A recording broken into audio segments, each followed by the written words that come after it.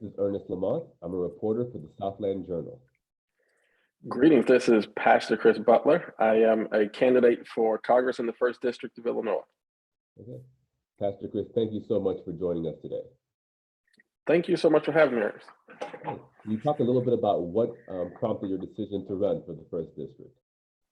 Yeah, I got into this race almost a year ago now, just to try to bring some fresh leadership and new voice, both to the Democratic Party and to the 1st Congressional District. It's really important to me as a person, who has a family, has lived and done ministry in so many of the communities that make up the 1st Congressional District, that we begin to think about how we're going to build a district and a country that we can prosper in, and one that we can pass on to our children. And I believe that the only way for us to be able to do that is for us to be able to get beyond the divisiveness that dominates our politics right now.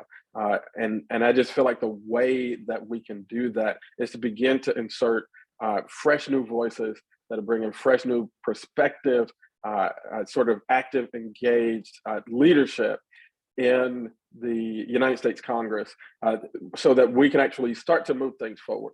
I use a phrase, Ernest, often called stuckocracy, is what I call the state of our government right now.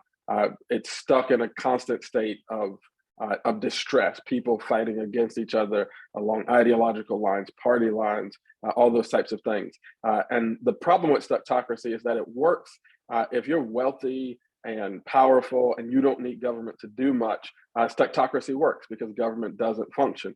But if you are in the working class and somebody who's working hard and struggling to make ends meet day by day, and you really need government to step up and help you solve some of those issues around how are you going to make a living, provide housing and healthcare for your family, education for yourself and your children.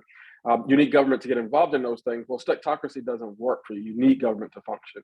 And that's why I got into this race, to really bring a fresh new voice that can begin to help our party and our government move sort of beyond this divisiveness that we're in and start doing things that really improve life every day for regular people.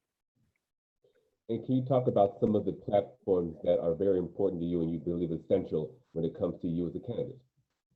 Yeah, absolutely. I mean, I think one of the first things that we have to look at, because again, this is all about how do we start to make these improvements so that we can improve life for families and communities. Every family has to be able to have the sort of income that is necessary to provide for that family, food to eat, a place to live, healthcare, all those types of things. And so we have to think about right now how we rebalance this economy. The wealth gap in this country has opened up in drastic ways. It was already bad, but in COVID pandemic, it has opened up in even more drastic ways. And we have to start thinking about how do we get things in place that are going to balance the economy? How do we strengthen labor unions so that workers are able to advocate for themselves in a work environment? I'm sorry, I think I got interrupted, but how do we get those unions stronger? How do we begin to think about a basic income so that nobody is falling under the floor? How do we begin to move forward innovations in education so that there's more than one path to prosperity and sustainability in this country? Right now, everybody has been sort of pushed and tracked toward four-year colleges and universities, which is not in and of itself bad, but we have to have more opportunities for prosperity. So how do you rebalance this economy? The second issue really comes around safety, right? Everybody wants to live, in a safe community and in a place where you can feel safe in your home and in your community. And that goes for everybody in this district. We have communities and sort of South Loop communities all over the south side of Chicago, suburban communities. We have industrial communities and even some rural areas in the 1st Congressional District. But in all of those places, everybody wants to have a place where they can feel safe in their home and in their community. And so we begin to ask questions around public safety.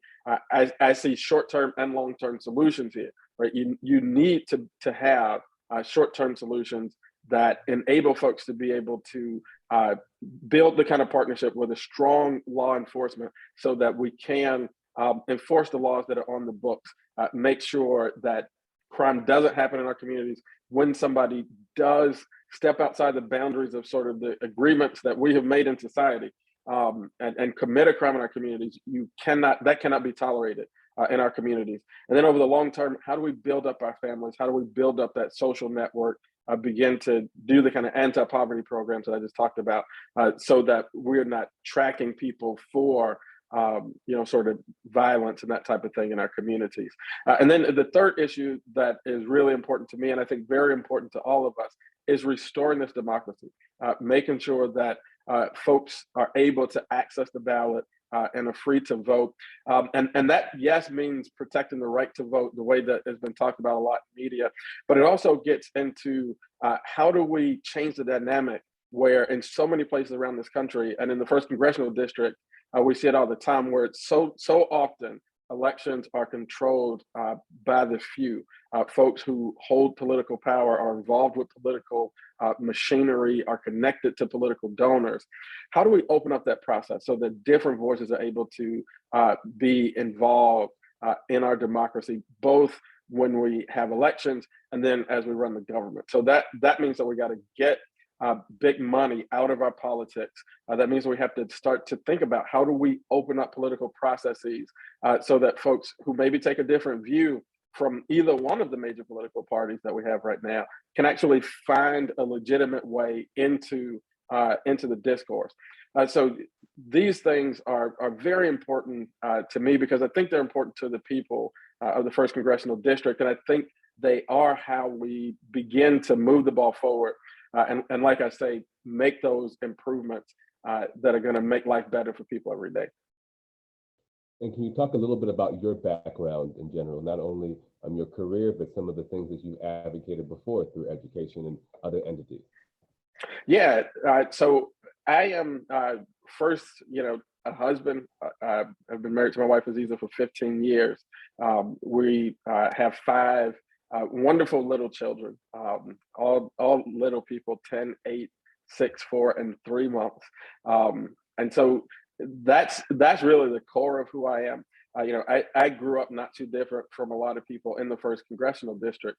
I grew up in church. I say my parents kept us on the front row of church, and through some early activities when I was literally in grade school, I got involved in community organizing very early. Around 6th grade, I got involved with community organizing. So I grew up on the front row of the church and on the front lines of justice movements and justice issues. And that is really who I am at my core. Somebody who wants to live positive values and serve the public good. So through the years, I've done a lot of work in education.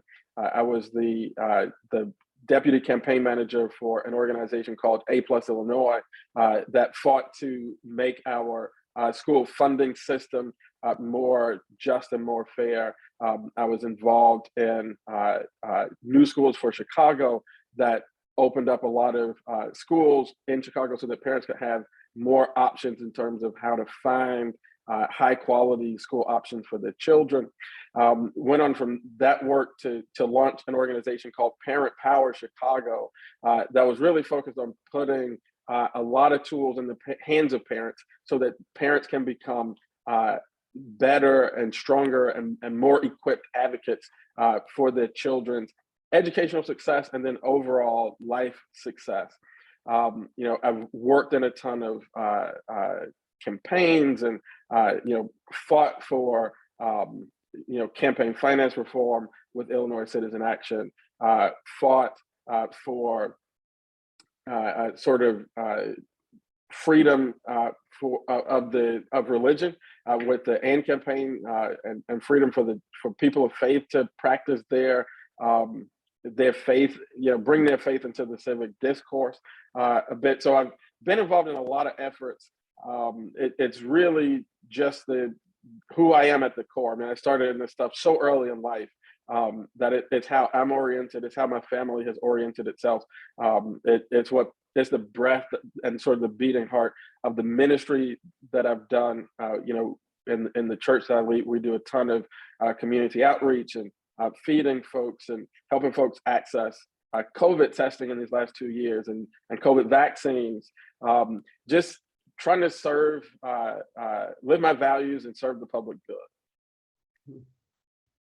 Is there anything else you'd like to add that maybe I didn't ask?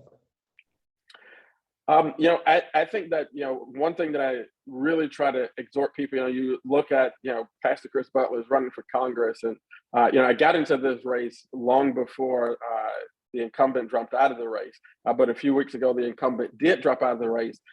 And with that, a lot of folks who are, much more plugged into the sort of power in, regular sort of Democratic power in the city of Chicago have jumped into this race. And somebody might look at this and say, man, I really like this guy's talking about, but I just don't think we can do this. And I just remind people that there have been so many things throughout history that were not good for us and not good for the people, did not serve the common good. And at one point, slavery seemed intractable. Jim Crow seemed intractable. Women's oppression seemed intractable. But it took people to come together, believe that they can, and push back against these big systems. And they did win. There is no system that's so intractable that people together can't change it. I started a consulting firm with my brother in 2013, a few years before I went into the ministry. He still runs it, but I had to leave and go do ministry. But we called it Citizen Consulting Group, and we called it that from a quote that still rings true to me today. It's one of the sort of the guiding principles that I live by in my life. And it's a Margaret Mead quote that says, never doubt the ability of a small group of committed citizens to change the world. It is the only thing that ever has. And so I just encourage people, if you want to see a politics like this, even if it seems a little bit hard to accomplish, just join this campaign, join this movement, and we can really make something different happen in our party, in this 1st Congressional District, and really in the United States of America. Well, thank you once again for joining us, Pastor Chris. Thank you. And I should also add, I forgot one thing, Ernest, that people can find more about my campaign at electchrisbutler.com. That's my website. And you can find all the information there, electchrisbutler.com. Okay, we'll definitely put that in the article. Awesome. Thanks so much, Ernest. Really appreciate it.